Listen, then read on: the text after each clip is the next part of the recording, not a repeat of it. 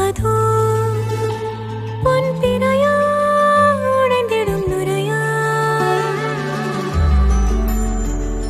இதோ என் நொடியின் வழிப்பறிய நாளும் கரையோடும் மலையோடும் உருவாடும் கிழிஞ்சல் போல் என் நெஞ்சம் விலையின்றியா